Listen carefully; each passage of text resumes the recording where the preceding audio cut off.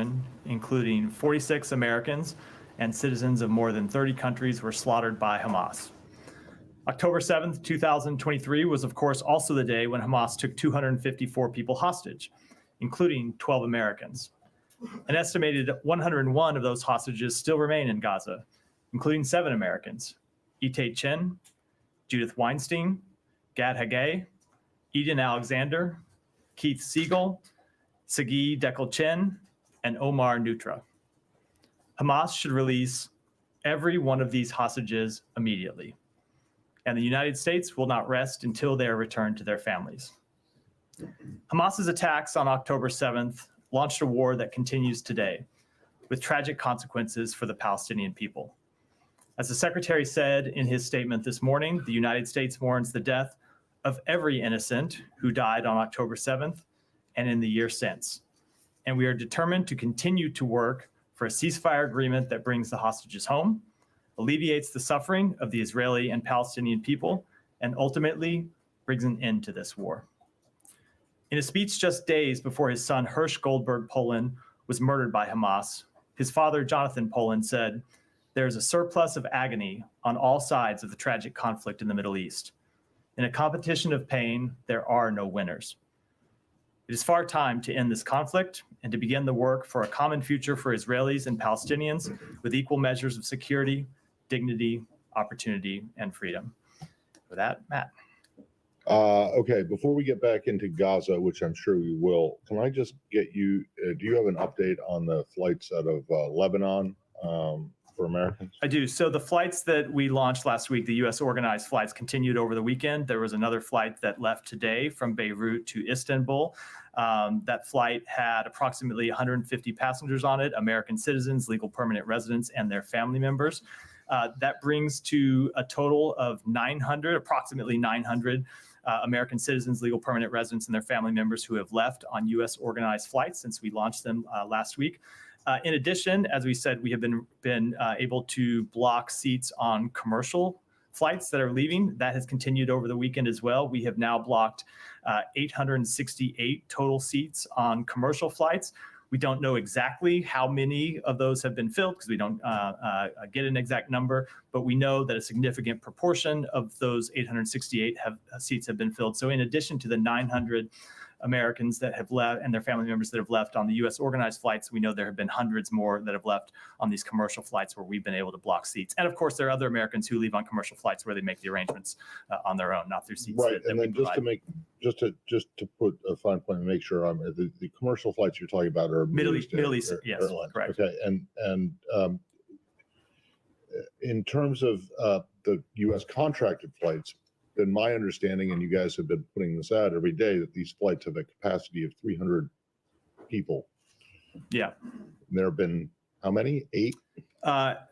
There have been around 900 people. Eight flights. Yeah, eight flights. 8 flights. So 8 flights, capacity of 300 on each for a total of 2,400 available seats on the U.S. organized flights. So far, we have had 900 people fill those seats, and we continue to stay in contact with Americans. That's far less than half. So, and you've also said that like about 6,000 people have asked for information, not necessarily,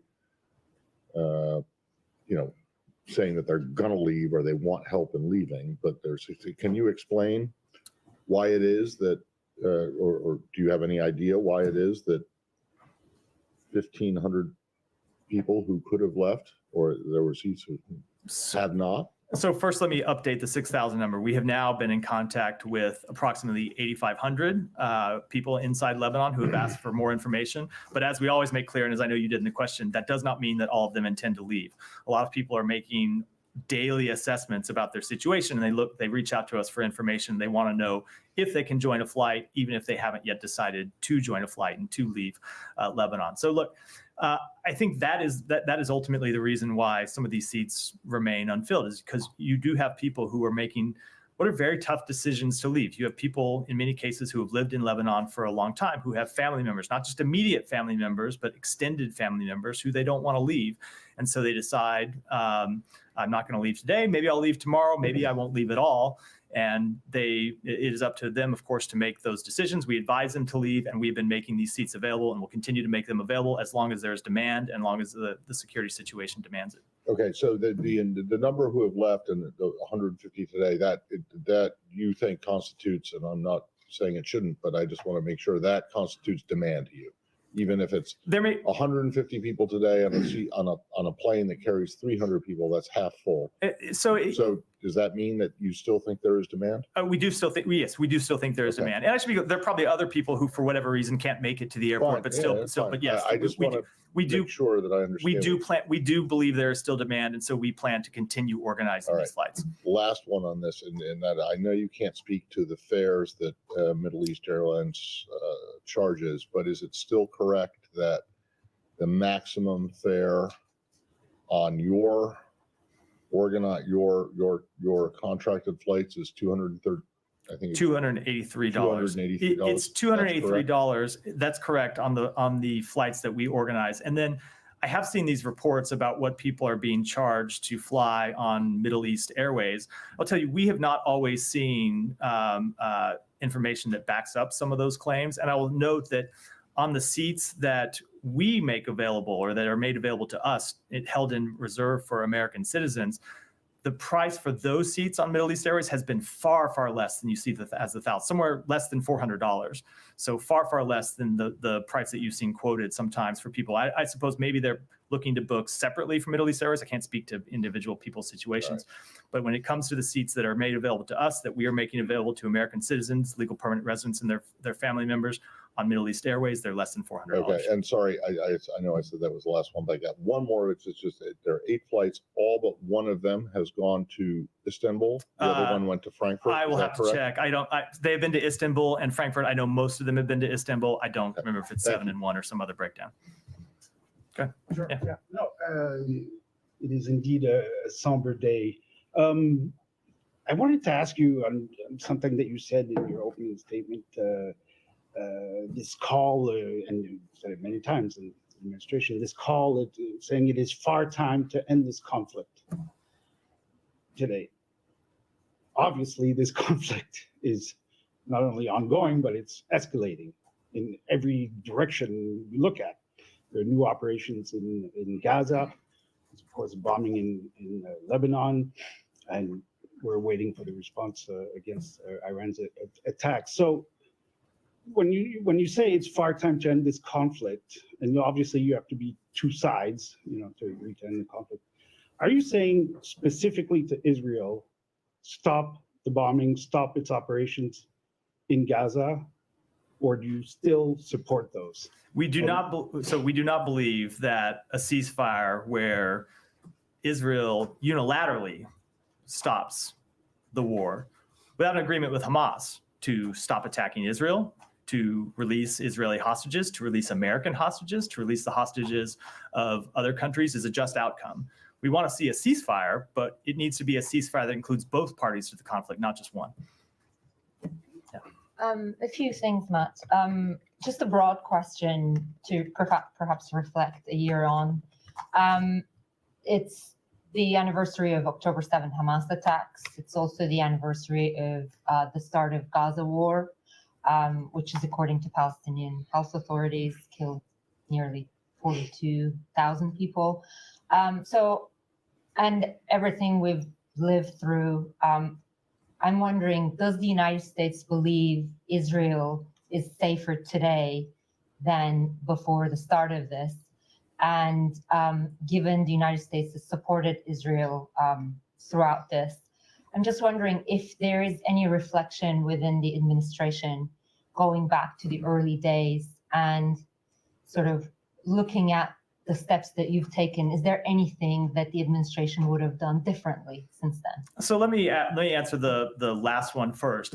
When it comes to any complicated situation, and this, of course, is one of the most complicated situations on the face of the earth, of course, we look back all the time and look at the decisions that we made, look at the outcomes, and think about how we can do things differently. That's true when it comes to this conflict. It's true when it comes to Ukraine. It's true when it comes to, dare say, every situation in the world. And I think that's normal for anyone facing difficult decisions to look back and do, because you always want to to look at the decisions you made and see how you can learn from them and see how you can make the best possible decisions going forward. So that is, of course, we have done that and continue to do that. That's part of our ongoing work to try and make sure we do make the best possible decisions to advance the national security interests of the United States. When it comes to, now remind me what the first question was, because I answered the second. Oh, and that one is a complicated, difficult answer to give. And I say it's complicated because certainly Israel is safer when it comes to the immediate threat that Hamas bears to the Israeli people. Hamas can in no way today launch an attack with the size, scale, and scope of the attack it launched on October 7th. So when it comes to dealing with the threat from Hamas, Israel is safer, at least in the short term. When it comes to the threat faced by Hezbollah, you have seen Israel degrade Hezbollah's military capabilities over the past 10 days or so. It does not mean they have eliminated them. They certainly have not eliminated them, but they have degraded them. But to the longer term question, is Israel any more secure?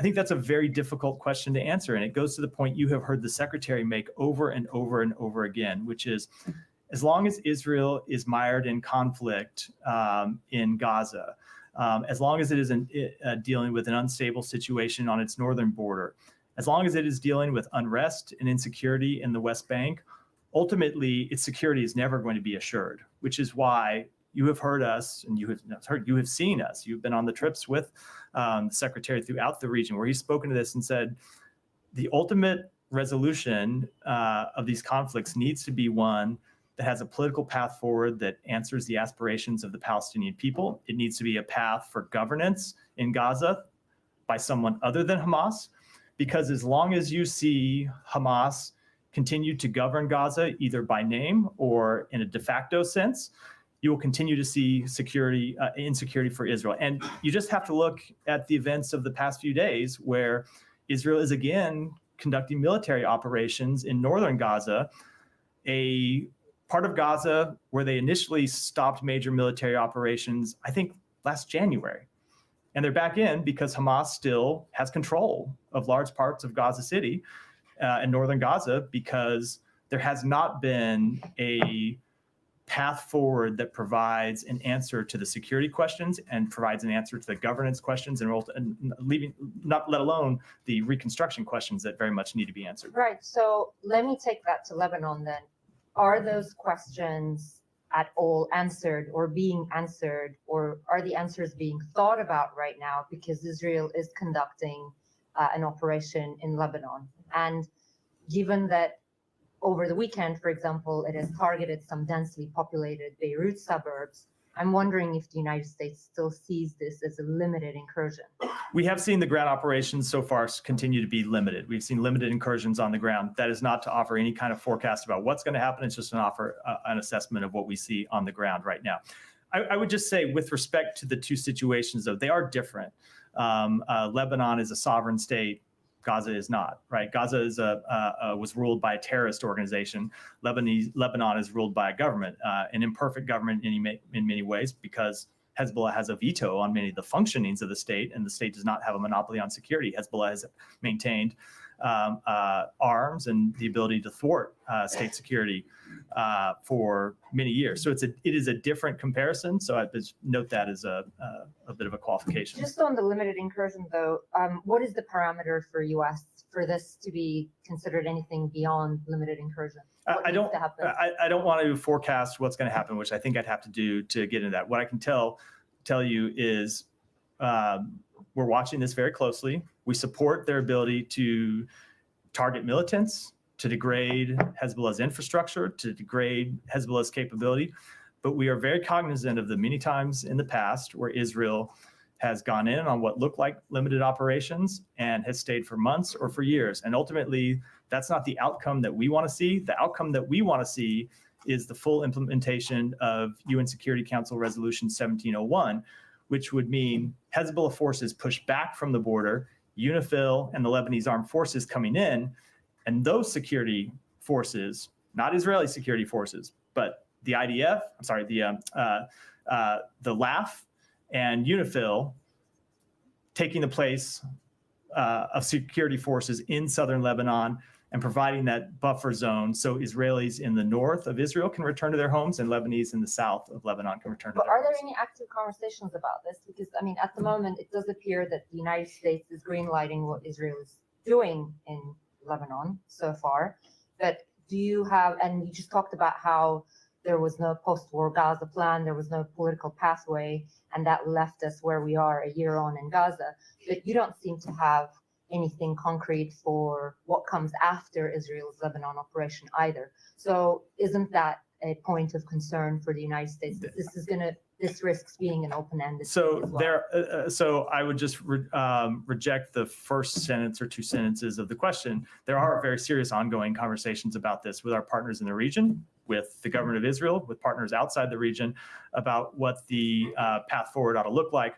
Just because we don't make the details of those conversations public, which we are not at this point, doesn't mean that we are not actively engaged in them. As you know, the Secretary talked to a number of his foreign counterparts over the weekend, the French foreign minister, the Qatari foreign minister, the foreign minister of Saudi Arabia. He talked to the foreign minister of Egypt earlier today. We are very much engaged in those conversations. Final thing for me.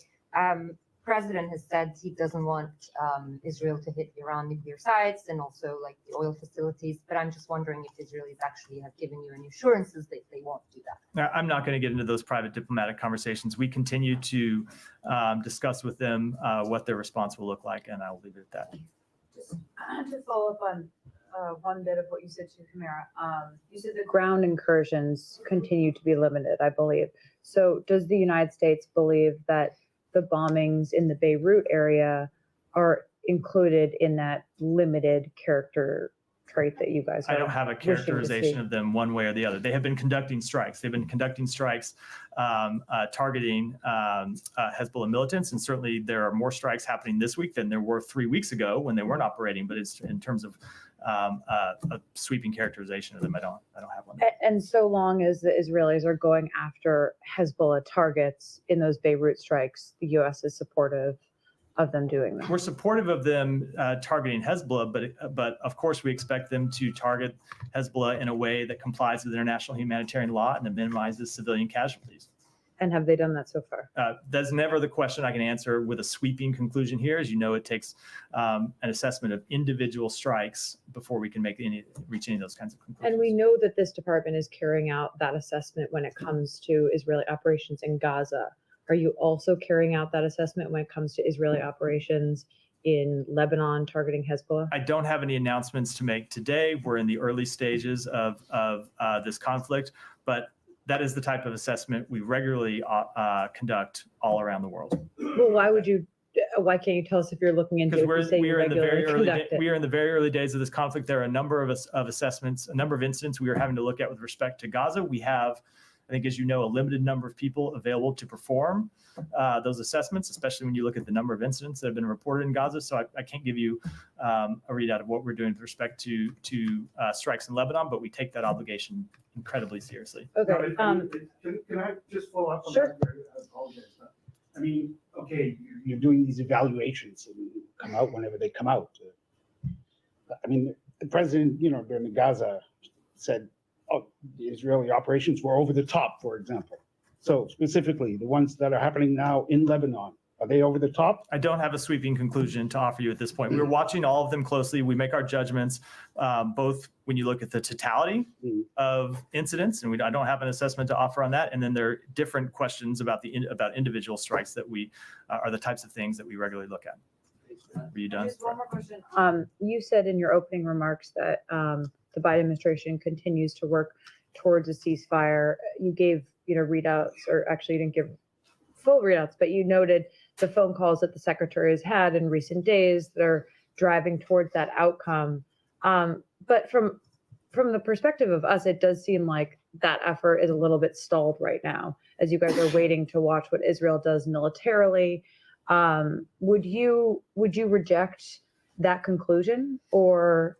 So the only thing I would reject about the way you phrase the question is our efforts are not stalled while we wait to see Israel's military operations. We continue to push for a ceasefire in Gaza, but you have to have the parties come to a table, and it remains the case, as has been the case for some time, that Hamas has been unwilling to engage in a meaningful way with the mediators, with Qatar and Egypt. And I will say that that refusal by Hamas to engage in a meaningful way predates the start of Israeli operations in Lebanon.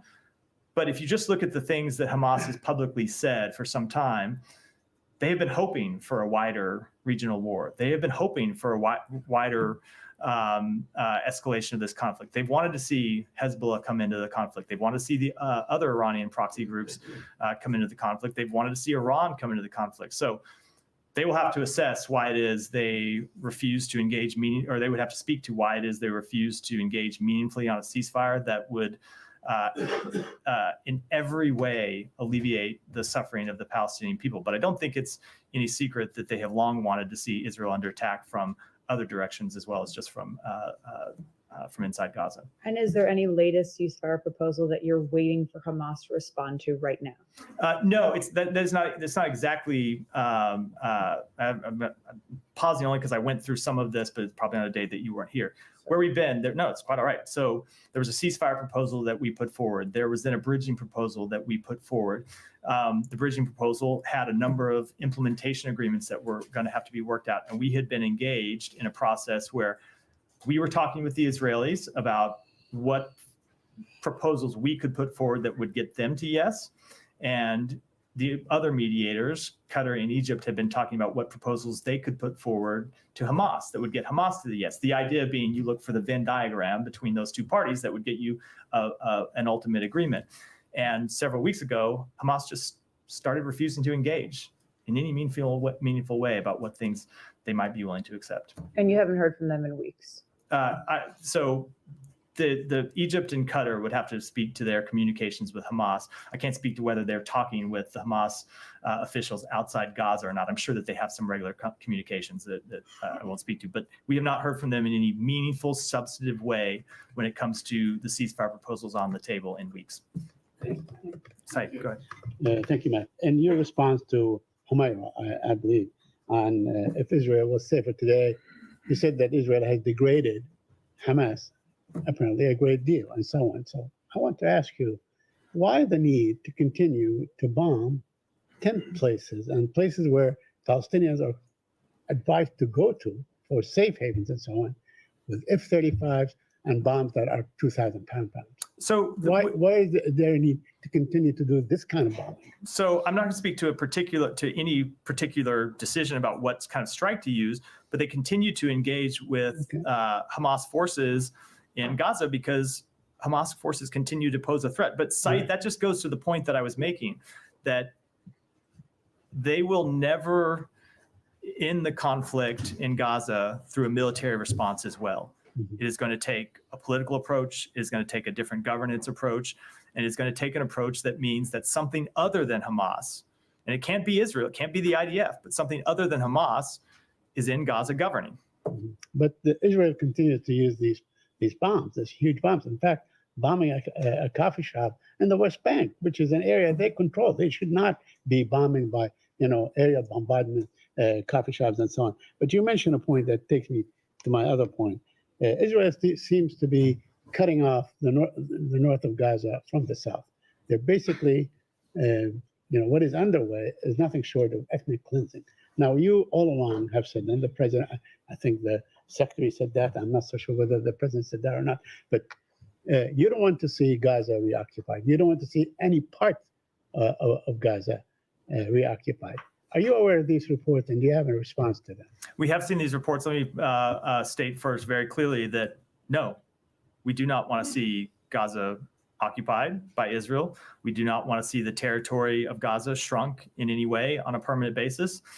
And when it comes to these reports, we are engaging with the government of Israel to find out exactly what it is they intend. But I will say, just generally speaking, we want to see people in Gaza be able to return to their neighborhoods, not being forced to leave their neighborhoods. Now, if there are Hamas militants operating underneath an apartment building, before Israel launches a strike on those militants, I think you would want to see the civilians evacuated. That would be something that would be a good thing for those civilians to see that they are out of harm's way. But it gets back to this broader point that I made, which is as long as you don't have a political path forward, and you don't have a solution to the very real governance questions, you can kill Hamas fighters, but Hamas will continue to recruit other fighters and continue to put the Palestinian people in danger and continue to endanger Israeli security as well. That will give Israel a cause for continuing this war. I mean, nobody expected a year ago that this war would be going on at this time, but it is. And it can conceivably go on for many more months, maybe even years, and so on. What is the end game? What are you, in your view, what is the end game of Israel? We want to see a ceasefire that brings the hostages home, that alleviates the suffering of the Palestinian people, that allows humanitarian aid to surge into Gaza. We want to see an agreement on a political path forward that ensures that Palestinians can choose their own leaders and that Hamas does not continue to reign as a terrorist organization of over Gaza. And ultimately, we want to see Gaza and the West Bank reunited as an independent Palestinian state. Now, let me ask you about that means that when you answered, say you don't want to see Gaza reoccupied by Israel, you also don't want the West Bank occupied by Israel, right? We want to see establishment of an independent Palestinian state in Israel. Yes, correct.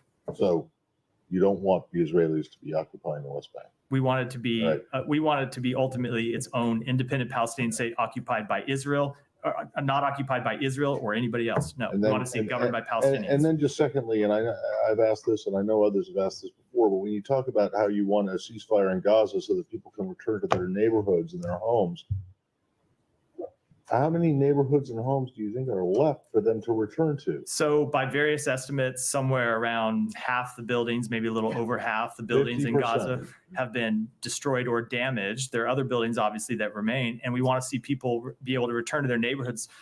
And if they don't have homes, we want to see the ability to rebuild them, which is why one of the pieces we have said has to be a priority for the ultimate end of this conflict is reconstruction effort, so people can rebuild their neighborhoods and rebuild their homes, because the devastation has been absolutely catastrophic Then across Gaza. who do you think should pay for that? Ultimately, it would require an international effort with multiple countries contributing. We don't, obviously, that's the kind of thing that would have to be worked out. We're not at that stage yet because we're not even at the end of the conflict. Okay, fine. But But what countries should be included in this? it's the type of thing that will be the subject of many diplomatic Can conversations. I get to the very specific point here? Do you think Israel should contribute to this? I think we are a long way from the reconstruction of Gaza, and I'm not going to make any pronouncements from the podium about who should pay for the reconstruction before I'm we get into what would be a I'm not asking diplomat. who should pay, if someone should pay for everything, but who should contribute? Would the U.S. be willing to contribute? It's not something we can speak to because these are conversations that will happen well down the road. Let me just continue with a couple of questions. Although it was Israel that dropped close to 50,000 tons of bombs on Gaza, rendering where it is now. So maybe they ought to pay for In it. response But- to a war that Hamas Right, started. that's So maybe okay, Hamas but- should pay to rebuild Right. Gaza. I mean, it's Let me a ask you- complicated question is the point. Let me ask you about a report in DropSite. And it says that Secretary Blinken approved a policy to bomb 8 trucks. That's what an Israeli cabinet member said. Are you aware of this report, and do you have any comment on it? I am aware of the report. I'm glad you asked me about it. Look, the suggestion that we in any way signed off on bombing humanitarian convoys is absurd. It's just not true. Of course, Israel has the right to target Hamas militants. That has always been the case. And so look, if you had a situation where Hamas commandeered a convoy and Hamas militants were operating a convoy, of course, Israel would have the right to strike those militants. That's not been the situation that we've seen over the past year, except in some very limited circumstances. There have been a few reports here and there of Hamas commandeering convoys, in most cases returned quickly to the humanitarian organizations. It has not been, there's not been any widespread evidence that we have seen of Hamas actually taking convoys and commandeering them, which is, I think, the scenario or the proposition this scenario presumes. So the strikes that Israel has conducted on humanitarian convoys have been times when they have had failures in their deconfliction processes, where they have had intelligence failures, and when they've just made basic mistakes. And the thing that we have made clear about those is that those mistakes are unacceptable. and that humanitarian workers need to be protected, and humanitarian aid needs to be protected. So the idea that anyone at this department signed off on bombing humanitarian convoys is just absolutely ridiculous. My final one, the president today issued a statement, and he talks about, the anniversary. He talks about, 1,200 Jews were killed, which is the highest number since the Holocaust and so on. But he did not mention the genocide that the Palestinians are subject to. He did not mention the fact that 42,000 people were killed. In fact, a group of American doctors are saying 119,000 have been killed. Is that negligence on his part, or is he not showing the kind of sensitivity that he ought to show? So, Saeed, he didn't use empathy. He didn't use the terms that you use because we don't agree with those terms. But if you look at the president's statement, if you look at the statement from the vice president, if you look at the statement from the secretary, every one of them made clear that the consequences of this war for the Palestinian people have been catastrophic. And that's why we're ultimately working to end the war. Thank you. Yes, the UNIFIL, the United Nations in Lebanon, put out a statement on Friday, I think. They said they are deeply concerned that by recent activities by the IDF immediately operating from a close position around them. Did you see that statement? We did see the statement. Do you have any comment? I don't. Obviously, we don't want to see UNIFIL forces put in danger in any way. UNIFIL forces play an important role in establishing security in Lebanon, and ultimately we want to see them able to do their job implementing UN Security Council Resolution 1701. Do you still see what's happening in South Lebanon, a limited operation? We do. I'm sorry, it was when you were out of my answer to this question earlier, yes. At the time, and that is an assessment made today, and we'll make our assessments on an ongoing basis, and if and when they change, we'll have a different assessment to offer. Okay, you have confirmed several times that you are in contact with the Lebanese and you are working behind the scene. But the Prime Minister yesterday, he had an interview and he said not the US officials reached out to them since he saw Amos Hochstein in New York before the assassination of Hezbollah Secretary General. Today, even there was a statement by a bloc of opposition asking for the implementation of the resolution 1701, even 1559, and also some of them went far, not from the opposition. One of the Druze leader, Walid Jumblat, he asked to go back to the 1949 truce with Israel. But there's no US engagement. It's like you are giving the Israeli time to finish the military operation. Why you are not engaging? And if you are engaging, who is engaging with them from this department or from the White House? What are you doing? So we have had ongoing diplomatic engagements with Lebanese leaders. I can't give you the who and the time here, but we have had it going on for some time. And I should say, just as importantly, we have had a number of diplomatic contacts over the weekend, some of which I mentioned earlier, and going back all through last week with partners in the region who are engaged with the Lebanese government. But I should make very clear, the solution to the political crisis inside Lebanon is not one that can be or should be dictated by the United States. Those are decisions that Lebanon has to make. And look, we have made clear for some time, we want to see the Lebanese parliament elect a new president. We want to see the Lebanese government break the deadlock that that Hezbollah has imposed on it. But these are not the kind of these are not the kind of solutions that the United States can come in from the outside and impose. But the Iranian foreign minister visited there, and 2 days ago, in Lebanon, the situation, it is not a domestic situation. It's a regional situation. Of course. Yeah. So of course, and we have been engaged both. I said both with Lebanese actors and with actors in the region, making clear the importance of the ultimate implementation of 1701, making clear the importance of Lebanon breaking the deadlock that has existed that has prevented them from electing a president.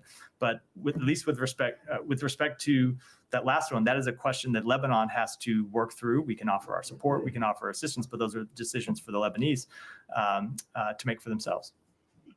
Michelle. Yeah, thank you. I have several questions too. You said earlier that we are in early days of this conflict. How long do you expect it to last? I don't have any assessments to offer. Obviously, we ultimately want to see a diplomatic resolution. Second, are you planning to keep asking the Israelis to keep the airport open?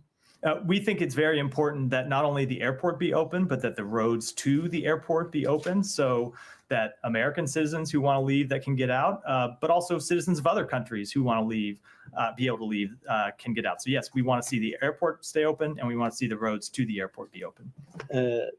And in your readout regarding the call between the secretary and the Saudi foreign minister, you said that they discussed ongoing efforts to fund and support the Lebanese armed forces and the importance of international support for UNIFIL. Are there any specific steps that you are considering? Nothing that I'm ready to announce today, but when I referred to ongoing diplomatic conversations in response to Hiba's question, that conversation with the Saudi foreign minister about a way forward is very much the type of engagements we've been engaged in the last. And lastly, do you have any 10 days. information regarding the IRGC Quds Force commander, Kahani? I don't. I've seen the reports of his possible demise as well as reports that conflict that information. We don't have any independent information of our own to offer. Thank you. Alex, and then we'll go To sum up your line of questions with Humaira Said and others, going back to last year, both the president and secretary advised Israel not to make a mistake of 9/11. So our response to 9/11. Is it your assessment that this is in fact what Israel has been doing past year? Certainly, they have made a number of mistakes along the way. There are a number of things that we think that they could have done differently and that they should have done differently. And we've offered advice to them at times, but ultimately they are a sovereign country that has to make its own decisions. Thank you. On Iran and its proxies, you made clear last week that Iran had not notified you prior to its latest attack. Now it happens, there are reports that it did notify Russia prior to it. Any concern in terms of involvement of Iran's friends, allies into this war in Russia, China, given their collaboration in other fronts in Ukraine? So certainly we see the deepening ties between Iran and Russia as something that's incredibly destabilizing for the region. It's incredibly destabilizing for the world. And that applies to the Middle East. It applies to everywhere that Iran and Russia operate.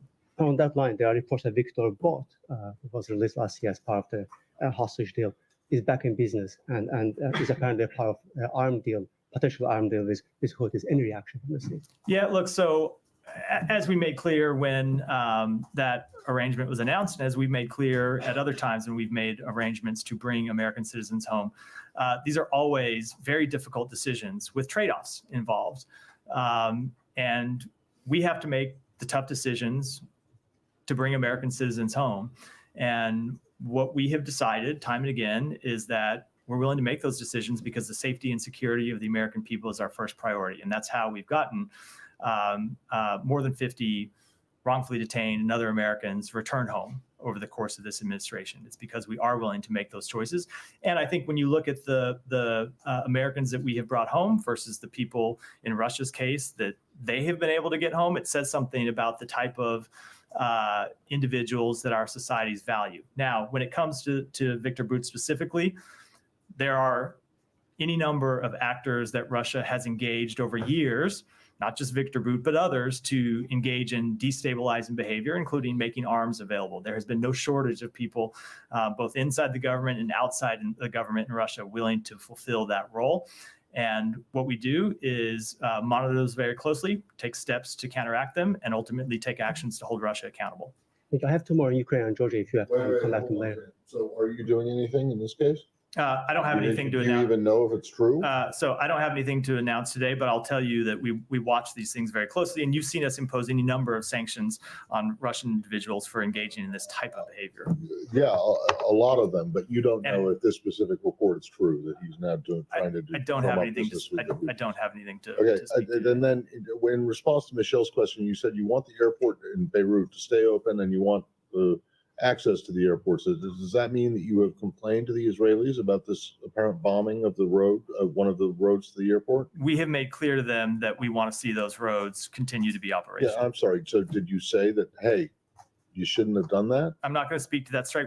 But we may have made Well, clear to them, why not? just going back before that specific strike, we have made clear that we want to see those roads to the airport open so American And citizens and how others can get effective out. do you think that was? So we have seen I mean, 900 I just saw pictures of the road in flames. and we saw around 150 American citizens able to get to the airport Yeah, today and able to leave, But and we you have said, but you other said flights that are planned. Look, it is an ongoing All right. situation, but we want to see the roads open. last thing, and I'll stop. In response to, I think it was Hiba's question about UNIFIL. So what is it that you want UNIFIL to do? Nothing? Just stand there and watch? So we want to ultimately see UNIFIL fulfill its security role. The question about what they do in the immediate days is a question for UNIFIL to make, not the United States. But we want to see them we want to see them not be put in harm's way. Sure. Yeah, but they're a peacekeeping force. Correct. They're a peacekeeping force there to push Hezbollah so back look, from the border. Peacekeeping forces don't go into places like, Yeah. they don't go into resort communities and Correct. expect there to be nothing except for, beach and cocktails. We don't So want to see them attacked by Well, Israel. no, We don't I'm want sure to see you them don't. return But- fire by Israel. We do not want to see But if any they're kind of not conflict. but if they're not preventing anything from happening, I mean, I guess, do you want them to keep the peace, or do you want them just to sit there and watch? and Ultimately, we observe? want to see their role as one that prevents Hezbollah from occupying the space in southern Lebanon that Hezbollah has continued to occupy for years, and from where they have launched attacks against Israel. That's what they were put in there to do. Right. And that's the role that we want to see them play. What's happening right now is Israel is conducting operations to push Hezbollah back. Yeah. We hope those operations are successful. So And if they, let me UNIFIL say, and so if you they don't- do you- push them back, we want UNIFIL and the LAF to, So- so you- fill that security vacuum. So you don't see UNIFIL as having any role in terms of Israelis going into Lebanon? And- Their and role is there to going keep up to- Hezbollah back. Now, for a variety of reasons, UNIFIL and the LAF have not been able. Peacekeeping involves, you're keeping the peace not I'm between aware, one side. but for a variety of reasons, UNIFIL and LAF have not been able to prevent Hezbollah from sitting in those areas just over the border from Israel and launching rocket strikes and other attacks against Israel. So Israel is taking steps. Okay. At the end of that, we want to see UNIFIL play But that see, role. this isn't an anti-Israel question, and I'm not suggesting that UNIFIL should be taking action against Israel, but they haven't been able to do it. So why do you think they're going to be effective now? I mean, in terms of Hezbollah. So I'm not going to make any predictions about what will happen. What we have seen is Hezbollah's forces degraded. I can't tell you if it's going to be degraded enough. That Not they're by willing- UNIFIL. No, I know, but And they I haven't know. been pushed back Hold by on, UNIFIL. I'm talking about what's happened by the last 10 days. I can't tell you whether they're going to have been degraded enough that UNIFIL is strong enough to come in and fill that security vacuum, but that is the open question that is being presented by the current operations in southern Lebanon. Sorry, Yeah. sorry, but No, on go ahead. 1701. Sorry, I'm only going to go behind you just because we're 40 minutes in. I've got a lot of other people to get to. Okay. Go ahead. Thank you. So in his statement on the anniversary of October 7 today, Secretary Blinken specifically mentioned the names of Americans killed by Hamas, but he did not mention Americans who were killed by Israel since October 7, like Tevfik Ajak, Ayşenur Ezgi Egi. Why were these Americans not mentioned in the statement? And is that, does that indicate a different No. standard for Americans based on who killed them? Absolutely not. And if you've seen this, our public statements, we have spoken out forcibly about American citizens who have been killed today, or have been killed on both sides of this conflict. The statement the secretary put out today, though, was about the anniversary of October 7th. But And the people that died in the attacks on October 7th, and the American citizens who were taken hostage on the deaths on October 7th. You have seen us on other occasions speak out, and we will continue to speak out forcefully about other American citizens who die anywhere across the world. But the statement today was about October 7th, and in no way is a statement about the anniversary of October 7th going to cover the entire sweep of this conflict. But we thought it was important to, on this anniversary of the horrific attacks, to memorialize the people who were killed as part of those attacks. And do you have any update on the investigation into the killing of Ayşenur? It continues to be underway. I don't have any further update. Thank you, Matt. Last week, Iranian-backed groups in Iraq attacked Golan Heights. They killed 2 IDF members and injured 2 dozens. These attacks and the other attacks have brought Iraq to the brink of this conflict. Have you ever talked to the Iraqi government about these militia groups to stop attacking Israel and making these destabilized actions, and why the Iraqi government so far couldn't bring these groups? So you should address questions for the Iraqi government to the Iraqi government.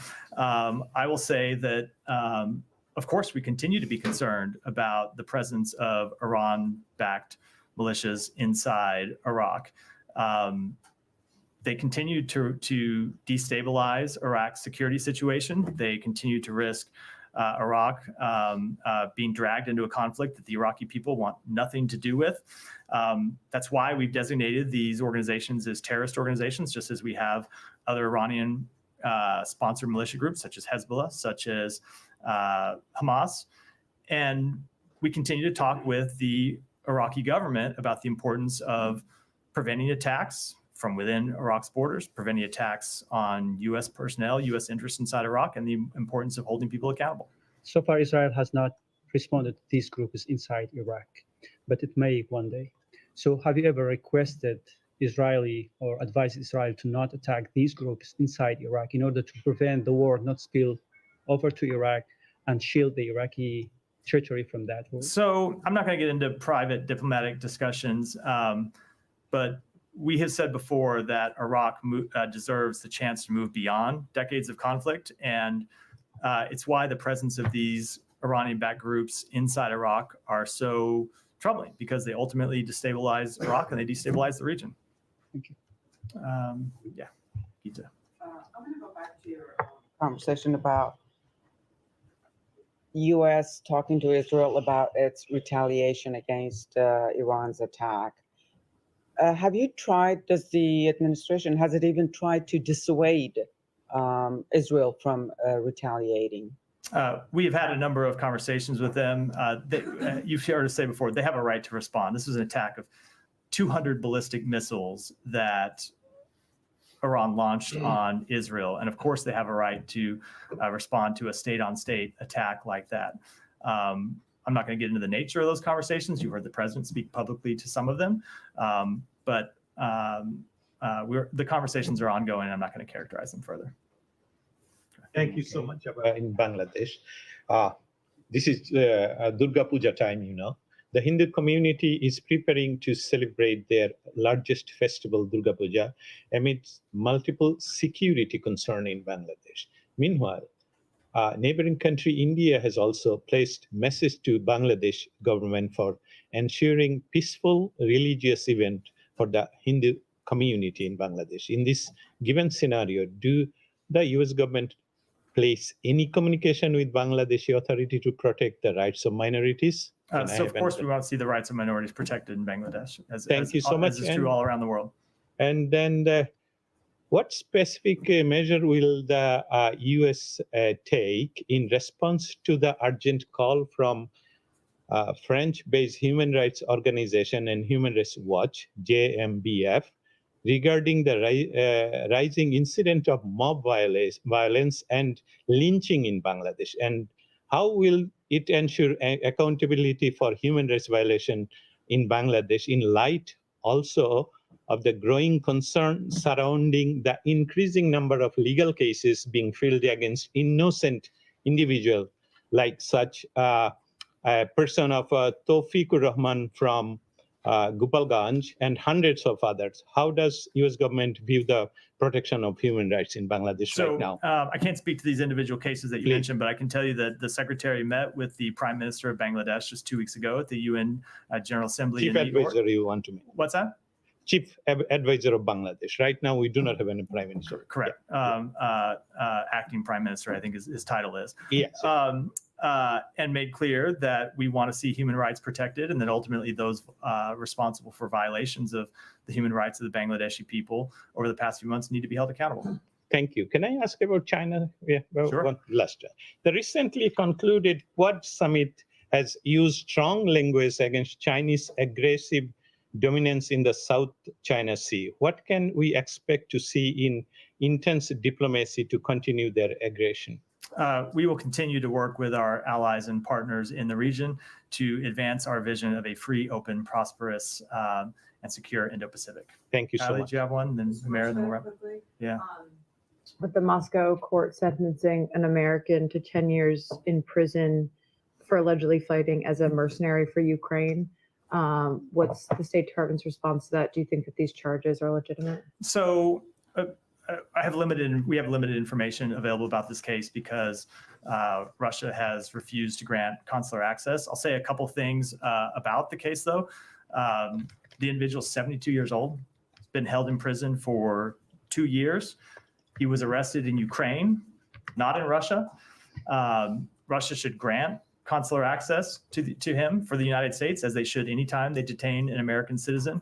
And we're looking at the case very closely and considering our next steps. Do you know why they're not granting consular access, or are they just refusing? They're just refusing. They're just refusing to do it. We're disappointed, as we often are, when they refuse to grant consular access. They have an obligation to provide it, and we're going to continue to press for it. And one quick question while we're on. They just said no? Or Yeah. did they give an explanation like, we don't think he's an American citizen?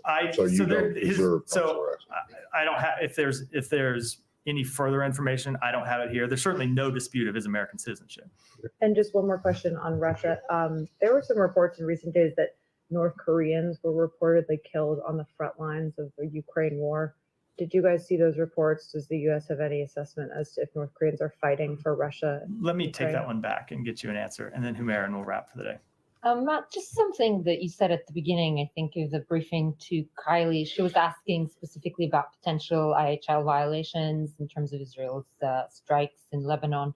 And you said, with respect to Gaza, I mean, she asked about that later, but before you said, a limited number of people available to perform those assessments, especially when you look at the number of incidents that's been reported in Gaza. So we'll ask you about these potential IHL violations of Israeli offensive since the beginning of Gaza war. Are you suggesting that U.S. hasn't been able to conclude these assessments because you're short of personnel? No, not in any way, only that it takes us longer to conclude those assessments because of the number of personnel that we have available to conduct them and the very high number of incidents that we're having to look at. If you look at the National Security Memorandum, which we released, I think it was in April, it made clear there that we were looking at a very high number of incidents. And it is an extremely intensive process to look at incidents, to try and gather facts and apply those facts versus law. And we have a lot of them to look at.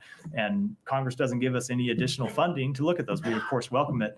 But no, only that we have a lot of incidents, so it takes time to work through all of them. Right. And in terms of the process we're talking about, are we talking about an atrocity determination? What kind of process? I'm not going to get into we've said a number of times, it remains true that we have a number of different assessments underway looking at individual potential individual violations of international humanitarian law, but I'm not going to get into this. Do you think you're going to be able to conclude them either way before the administration hands over to the next administration? So there have been, I've made this clear before, there have been some that we have concluded already, because you can always, look, you know how it is, think about any kind of investigative process. You get some incidents and right away, the ones that clearly don't rise to the level of meriting further investigation, you can close those out and move along. And we've been able to look at a number of things and close those out and move along. That's been true going back months, and I've made that clear before. With respect to the other ones, I can't give you a timetable other than to say that we want to finish the Are work as you soon at as all possible. able to say at least how many you haven't been able to close off and move on? I'm not. With that, we're out for today. Thanks, everyone.